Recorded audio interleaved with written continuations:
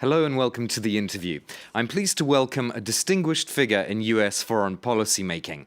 William Lawrence was an advisor on the Middle East and North Africa to the Obama administration, and he was a leader of the Global Engagement Initiative, which grew out of Barack Obama's landmark Cairo speech of 2009.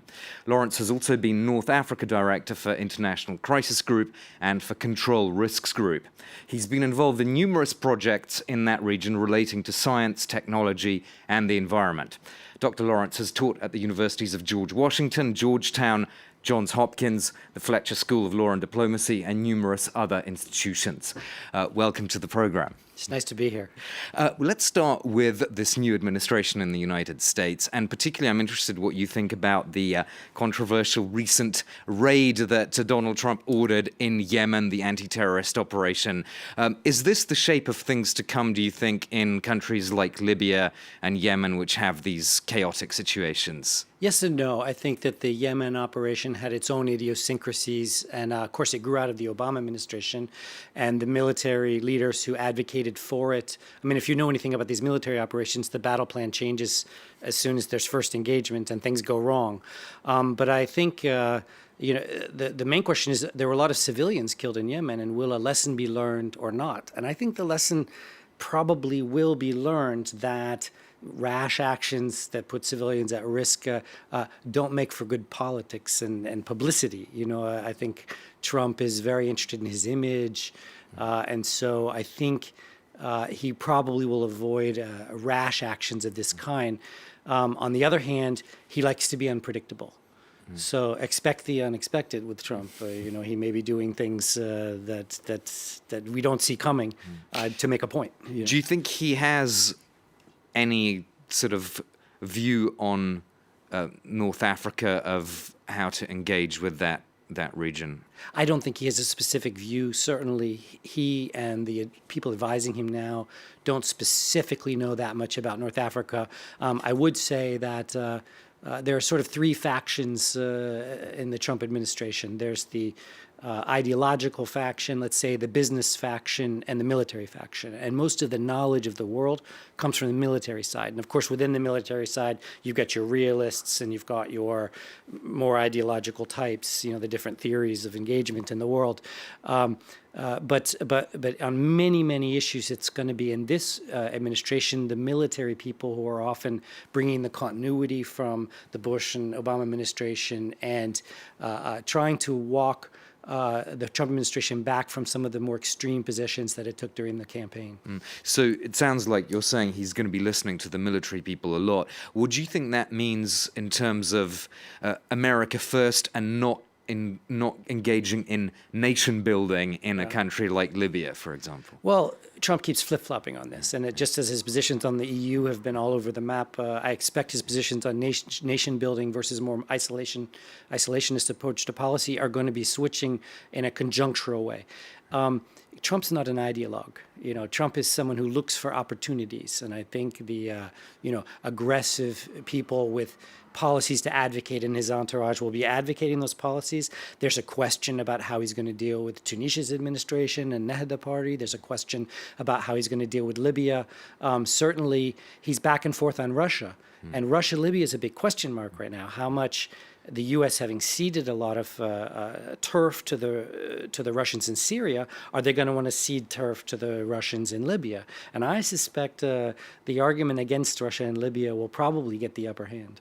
The argument against Russia and Libya, yeah. Yeah, playing too much of a role. Russia as peacemaker. Of course, the Russians are trying to become the peacemaker for the region, but they don't have the connections and the interests in Libya to be that effective. I mean, don't forget, most of Libya's elites are studied in the United States. They're waiting for the Americans to step up and step in. Well, yeah, but at the moment it seems like General Khalifa Haftar is actually sort of on a bit of a roll, isn't he? And that's thanks to Russia, Russian support, at least in part. Siraj, the leader of the opposite faction, just went to Moscow, right? And that was sort of to moderate that, and it's good for Russia and good for Siraj to sort of walk the Russians back from just an alliance with Haftar along the lines of what Egypt and UAE were doing. Just to get back for a second to these sort of three layers that you described in Trump's administration, that's to say the ideologues, the military people, and the business people. Do you think ultimately, as a businessman, he's basically going to be interested in Libyan oil and natural resources? Is that ultimately what really is going to motivate American policy, to get corporations to get the oil? I think there was a phrase about Iraq along those lines, wasn't there? Well, of course, Mattis had to travel to the region, General Mattis, and say, of course, we're not here to just take everyone's oil. But, certainly, all these Libyan engineers studied in the U.S. They like U.S. technology. There's an appetite both on the Libyan side and the American side for cooperation on extraction of oil, and I think that will probably be the upper hand. But that begs the question of the security relationship. Tunisian security depends on a resolution of the Libyan crisis, and Libyan security depends on a Tunisian success story. And this is something most of these Trump people just don't know that much about. It's a good point. I mean, the Tunisians, if it's to be a success story, that means the U.S. perhaps engaging with forces that at the moment it considers to be undesirable. That's to say, Muslim Brotherhood type forces in Tunisia, which would be a contradiction because in Egypt, for example, it doesn't want to engage with those forces at all, does it? Right. This is a big problem. But let me just point out one other thing. The defense of Ben Giridan in the south of Tunisia last year was a turning point because a lot of the plurality of Tunisian fighters for ISIS in Libya are from Ben Giridan.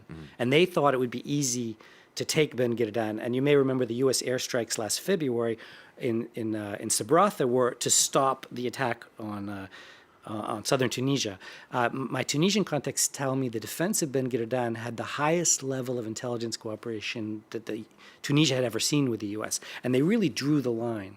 And there's a sense, I think, in Washington that defending Tunisian and the Tunisian democratic experiment, notwithstanding Amnesty International's criticism of torture and all that, is very important. And my contacts tell me that Trump will take the right line on Tunisia. But it's problematic. I mean, a lot of the ideological supporters and advisors to Trump believe that PJD Morocco, Nehda Tunisia, this is Muslim Brotherhood. And so they're going to, I think, have to walk back from some of these more condemnatory views of these moderate Islamist parties that are willing to play the democratic game, even if their human rights record isn't perfect. Just a little bit more specifically on ISIS, do you think that the Trump administration really is seriously concerned about the spread of the remnants of ISIS across North Africa after their defeat, if we can put it like that, in Sirte in Libya? Or is it more a case of, okay, job done, we can move on to something else now? Or do you think there's a realization of longer term They're concerned. risk? I think the military guys are very aware of this. I think the others are learning about it during the transition and during the first 40-something days of the Trump administration. They're not too aware of it. But certainly anyone that follows North African security, as I do, is very concerned about the scattering of the ISIS fighters. I mean, obviously, a lot of them were Tunisian and a lot of them been killed. But certainly there are fighters coming back to Tunisia. A lot of them scattered to Niger and Chad. And when terrorists are on the run, sometimes they're less active, and sometimes they're looking for spectacular achievements just to sort of prove that they're still there. So, I would expect terrorist attacks, in the coming months in North Africa and the Sahel by this group of ISIS fighters on the run. Just to bring this Libyan question to how Europe is handling the whole situation. I mean, do you think Europe really has any idea of what it's doing? It's interesting. Maybe 2-3 years ago, there was a debate going on privately in the U.S. and Europe about how much to fix Libya and how much to contain Libya. You remember when the Europeans stepped up on border? This was part of that whole idea of maybe containing Libya more than, both the Americans and the Europeans, I think, have seen the failure of a containment-only strategy. You can't contain migration. They're trying to train up in Malta, right, the Libyan Navy, which is, I think, 70 guys, and we don't even really know what they work for.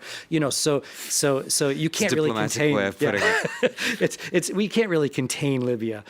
You have to fix Libya. And certainly the Europeans can do a lot more in Libya. The Americans can do a lot more in Libya. And let me take this opportunity to say that Obama's often misquoted on this. He didn't say his greatest regret was going into Libya. His greatest regret was not finishing the job in Libya.